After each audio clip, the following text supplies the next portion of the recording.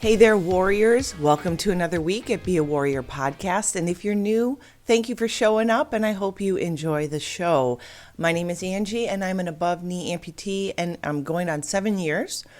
And I got to just say that there has been so much happening this summer. If you follow any of my other things that I'm doing, I did have a revision surgery in June out in Boston at Mass General with the collaboration with MIT.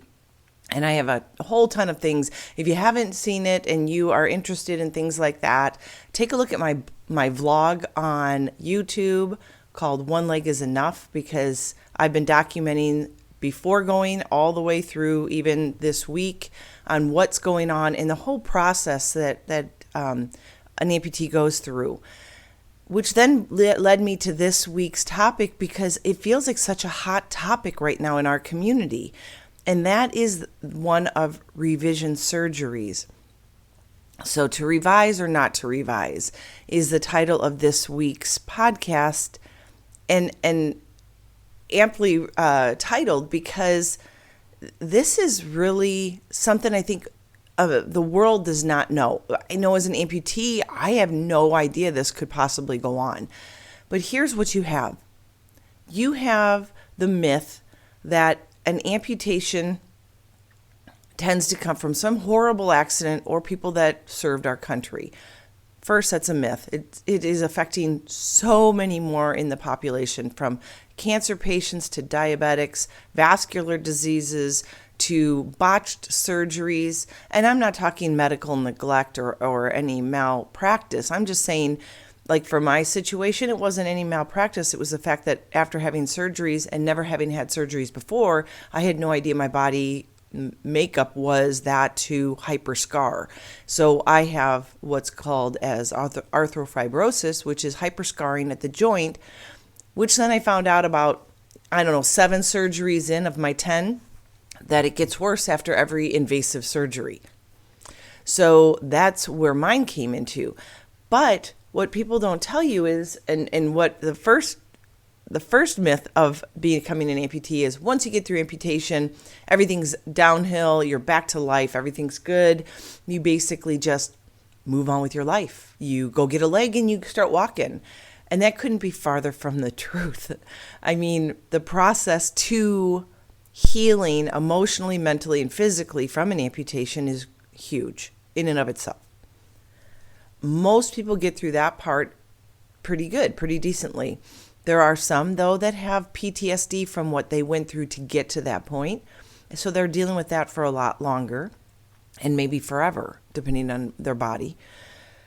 But then you go to the fact that you will then have to find a prosthetist that fits you like a doctor fits you. And it is truly can be a very painful process for a lot of amputees. They may live in a small area that has only one prosthetist within an hour radius of them. And whether they're good, bad, indifferent, or they just don't match your personality and your desires, then you're shopping for prosthetists.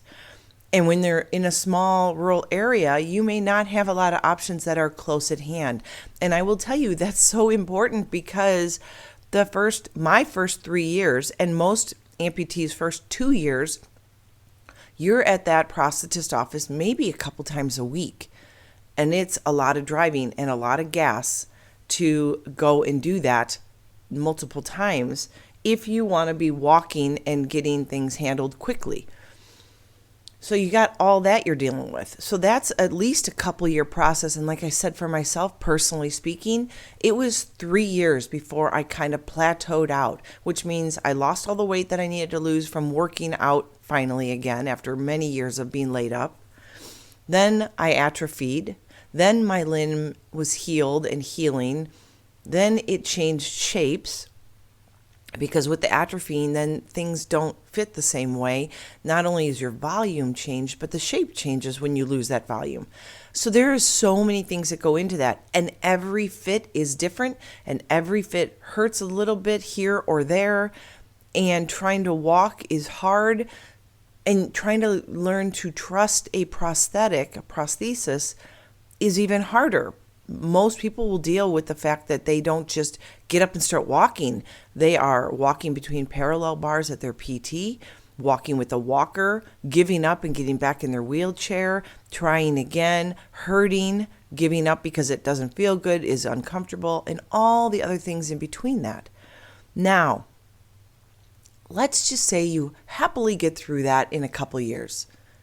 Well, for my situation, and like I always tell you, if you're new here, I tend to go from my own personal experience because I can't speak to anybody else's. Everyone's journey is very different. Even as amputees, even a lady that's an above knee amputee just like me, our journeys will be very different. A year after I did all the goals that I wanted to set for myself in the first 12 months, I accomplished. And shortly thereafter, like a couple months, I started to get intense pain inside my socket. We tried everything. We were changing the socket some more. We were adding gaps here or changes there. And we tried everything until my prosthetist finally said, maybe go back to see your doctor and get an MRI. Let's just see if maybe there's a neuroma.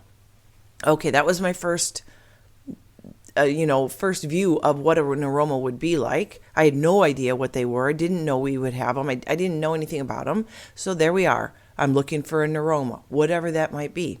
Sure enough, huge neuroma in my hamstring. And then I come to find out that a neuroma is basically your nerve ends scarring up because they've been cut and disturbed. So the new process that is now out and a lot of people are starting to get at amputation is called a TMR. And that's where they basically take the nerves that are cut at amputation and plug them like electrical cords, plugging them into a place, a port that they can actually find a job to do. And that is in muscle. Well, when I had my amputation, that was unheard of. It was considered a proactive stance by the insurance companies, so TMRs were not performed even 7 years ago at amputation because it was being proactive and symptomatic neuromas were not a thing. Well, that's why I went in and had a huge, like literally the entire back of my leg cut open so he could get out the neuroma, and then another incision on the lower end of my limb because there was another area that was causing me a lot of pain in a non-existent shin. And he plugged some nerves in, but he said I didn't see any neuromas, anything that was questionable. So then I had to heal from that. So picture that. I got everything going. I was trusting my prosthetic. I was moving forward. And then wham, I hit a wall and then had to have a TMR done. So I was out of my leg for 4 weeks, going absolutely stir crazy because I had finally learned to accept my leg and was on the cusp of just getting through it all. So then you start all over again. It's sensitive to put it on. You've got a new incision. It's tender and all this stuff. Fast forward 5 years. And why I bring up this revision is because now that I'm going through a full revision, I want to shed some light on what this looks like for an amputee, because there are several ways this could go, and you have to know if you're on that cusp, whether or not to do it. I got a call from someone out in Boston about being a part of a study, and I had no idea how this came about, but I entertained it, did a couple interviews by phone with the surgeon's assistant and the surgeon. And then all of a sudden it became very real because they're like, we think you're a really good candidate, but the next step is you need to come out. We need to definitely make sure that you are 100% a candidate, and we need to meet face to face. So it became very real when I actually had to buy a plane ticket to go to Boston. We did that like I think in May. And interestingly enough, last October, so we're coming up on a year, I started to have more and more phantom pains in my leg, in my foot, in the evening. After I took my leg off, I knew that I was pissing something off during the day, but I can tolerate it. My leg's on. I just keep going. But when you take it off and it's quiet at night, like I say, that can be a very bad time of day for people, for amputees, because you're left with your thoughts and your pain, and the world is gone quiet and dark. And every night, October, November, December. So all the times I'm talking to these people out in Boston, I'm feeling this, but I'm ignoring it, going, it's a phase, it'll pass. This is probably the longest one I've ever had. It's been 3 months. December comes, and one day out of the blue, I'm having these intense skin issue at the bottom of my socket, and it can feel the burn, and I'm thinking, I believe that I've got maybe a rash happening, something pinching. That night, I sucked it up. I got through dinner, cleaned up, and went to take off my leg because I'm the kind of person that if I feel that, I don't want to take it off because I don't want to be out of it the rest of the day. So I dealt with it, which good or bad, it works for me. But I took my leg off that day, and I had a huge blister. We're talking a couple inches in length, like oval shaped, and about a half an inch to 3/4 inch thick with fluid, and very pink, very red underneath, right at the end of my socket near my valve. And I was like, holy crap. I myself usually take things in stride, but I have never seen something that size on my body ever in my life, even through all the sports I played as a kid and never a blister that size. And I thought, okay, I'll tell my prosthetist. And he's like, you didn't tell me about the pain, nothing. So I'm like, well, no, I try to deal with it. So we moved on in January to him rebuilding my socket so there was more room down there in that area, which was by my valve. So it bowed out a little bit. Fast forward, go to my doctor out in Boston, and I had said I was going to get a CT scan to see if there was maybe a neuroma. He's like, we'll do it here. They did the CT scan, and this is why I bring this up, because this was what made me decide to do this AMI procedure. I wasn't sure I wanted to do something that I felt not necessary because I was living my life, but I said, if something shows up in my CT scan that is undeniable, needs to be handled because of the pain, then we can go ahead. You're going to open me up anyways. Let's go ahead and do it. So I'm going to show you something I haven't really showed anybody, except for my groups here. This is what they found in my CT scan. So if you are listening to this, you might want to check over on my YouTube channel. This thing is, you can see the size of it compared to my hand.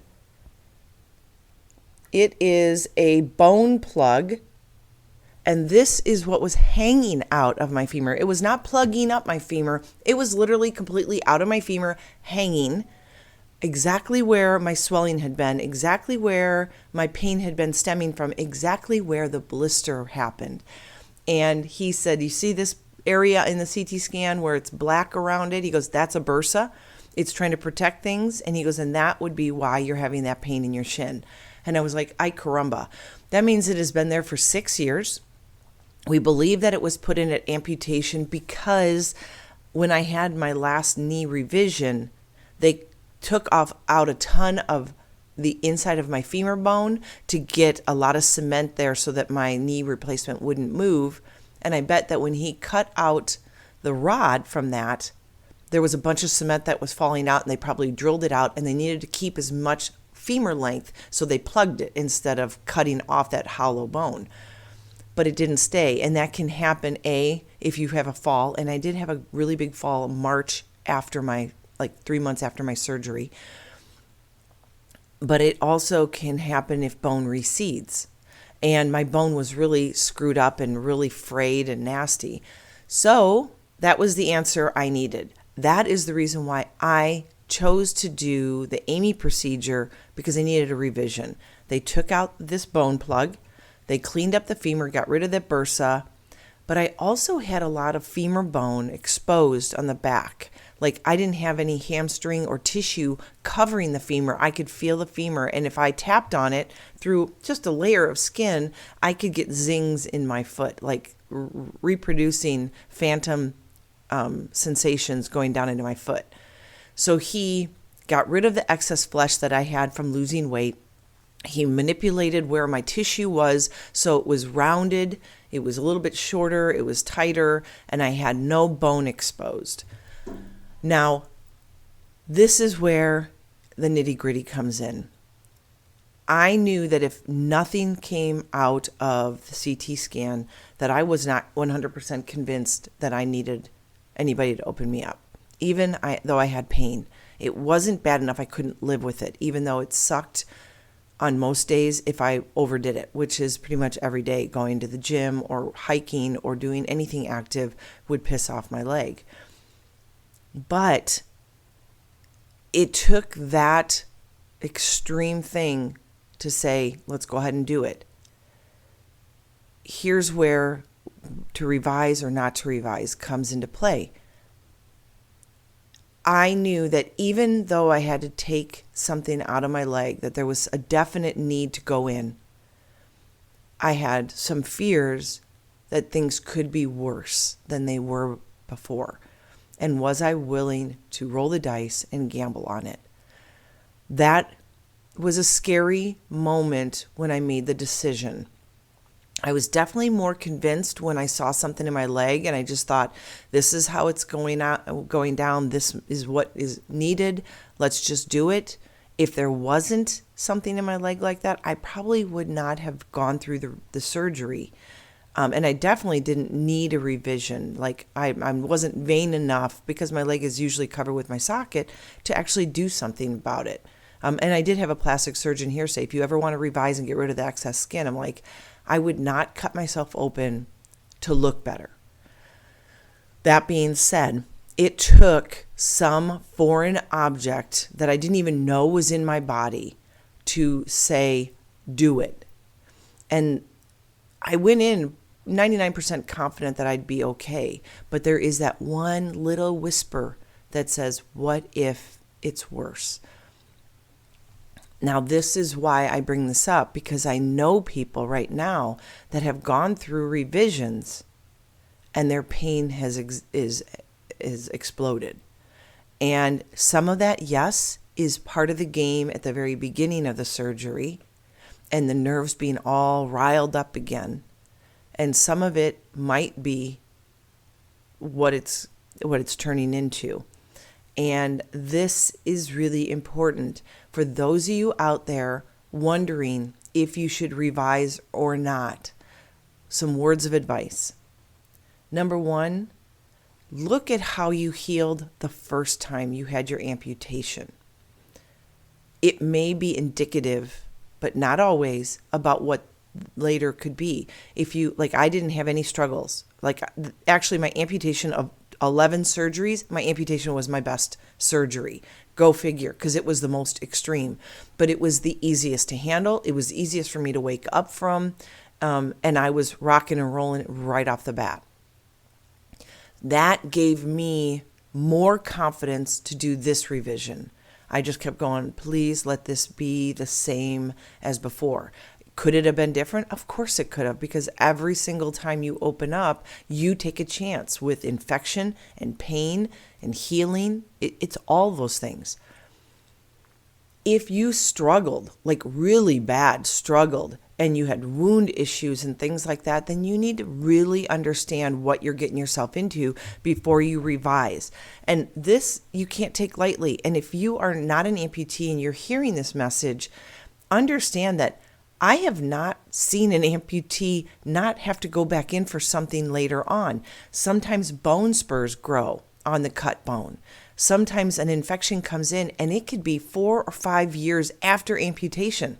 That blows my mind. But as someone told me, infections can be there and they stay kind of hidden, but then can pop out at any given time because something's in there that activates. You might have that. You might end up getting a wound or fall and you fractured something. Some people all of a sudden have disintegrating bones. And that is a problem after something they're not used to, putting on a prosthesis and it hitting over and over and over again. You start realizing how brittle your bones are. I don't know if that's going to have anything to do with us as women and how we have bone density issues as we get older, but something to remember and think about and always have in the back of your mind.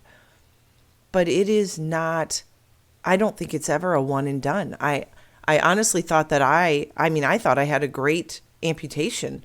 And here I was 1 year afterwards going in for a TMR and 6.5 years later going in for a revision to pull something out of my leg I didn't even know was there. So it happens. And you have to know everything, and and I say without a doubt, I would say without a big doubt, before you go into it, know what you're getting into before you just say, yeah, do something else.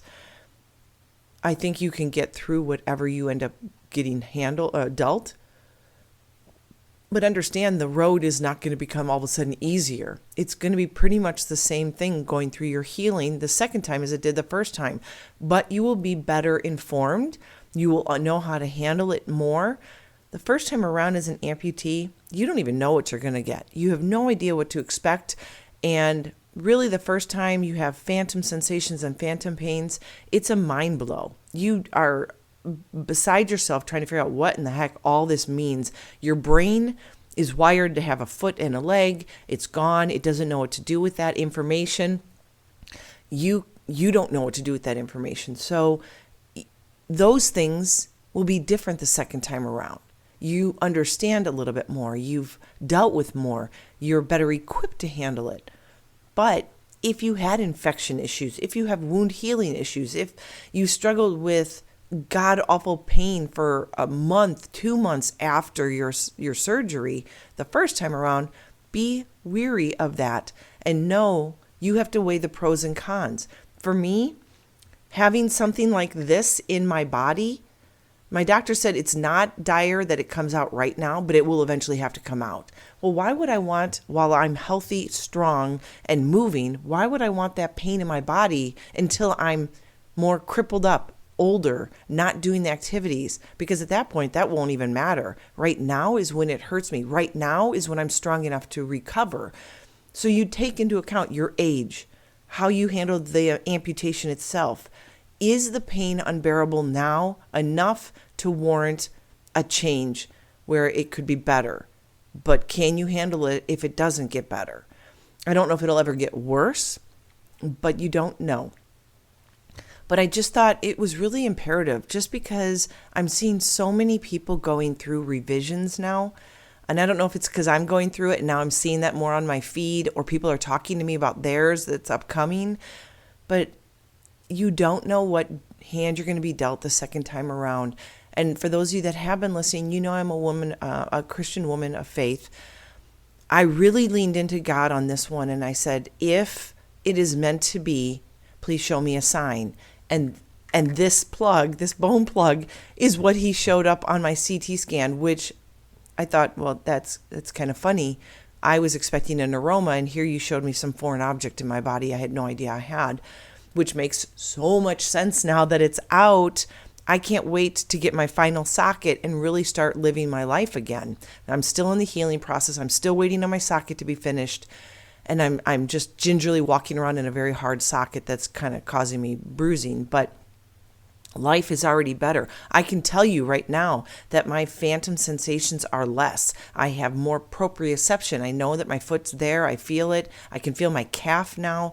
Things are so much better. Things are looking up for me. So it's only going to go better from here because I'm healing, and I'm not totally healed yet, right? It takes a year after surgery. And I had bone cut, and I had a lot of revision. I had screws put into my femur just to anchor some things down. So I am healing right now, and I already can tell you that it's better. So I would consider myself a lucky one, but I also believe that God brought me to something to bring me through it. And I believe in that full-heartedly. And I think it's important that we discuss the revisions that amputees go through and how you make the decision to do it and pull the trigger on that.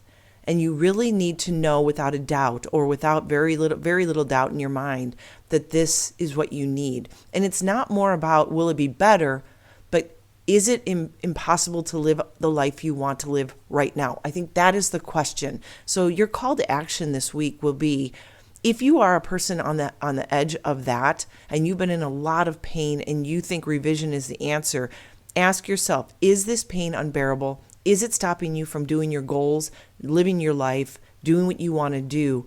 And are the pros and cons of the aftermath of going through that, being laid up for several weeks, maybe 2 months, and the fact that something else might happen, can you live with that?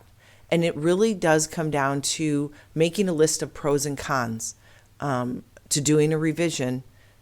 and then the pros winning out. And truly for me, it was, will I hurt less on a daily basis based on the activity level I do? And is there something that needs to be fixed in me before they go in and open me up for something that is not necessary? I don't need my leg to look prettier. I needed the pain to go away.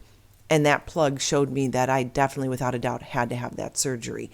So I'm lucky in that respect. It was no question in my mind when I saw that foreign object in my leg that I should go through it. But not everybody's that lucky. A lot of times it's based on pain, and it's based on excess skin.